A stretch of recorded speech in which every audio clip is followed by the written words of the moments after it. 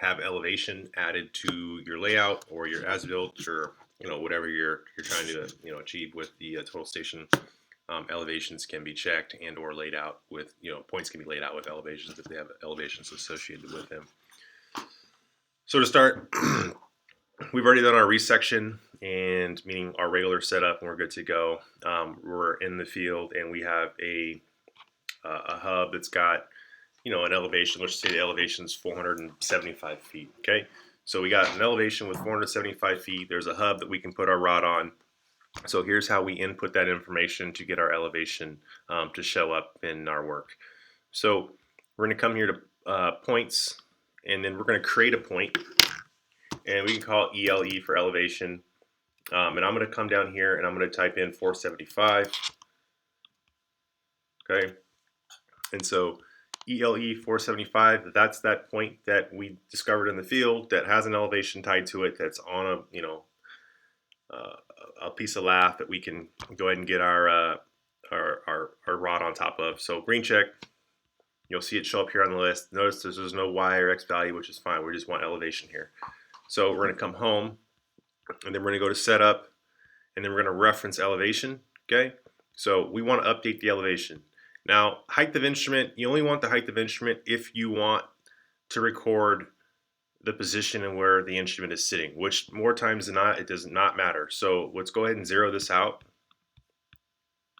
Okay, and so occupy 1000 is fine. We are here to update the elevation. That's what we want. Hit next. We're going to shoot to a prism. We're going to hit next. And then this is the most important part. So we're going to go ahead and find that ELE point that we have. There it is. So you notice the elevation here is 475. Okay. So where we do need to account for height is our rod, and our rod is what the prism is on. So from the very base of that rod all the way up to the center of the prism, if you look at that 360 prism, there's going to be a small little square diode in the middle of it. That's where we're measuring to. If you've got a Topcon carbon fiber rod, it's a direct read rod. So you can unloosen the nut on the side and actually set it for 5 feet, 5.5 feet, 3 inches, whatever you're after in terms of height.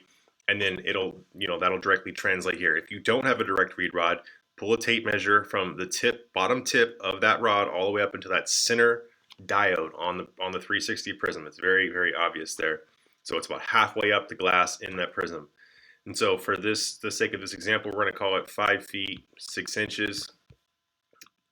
Okay, and then we're going to get our rod on that point, meaning the elevation point that we found out in the project. We're going to get our rod on that point level, and we're going to bring the instrument over, and we're going to take the shot just like we would do in a setup. Okay, so record that shot.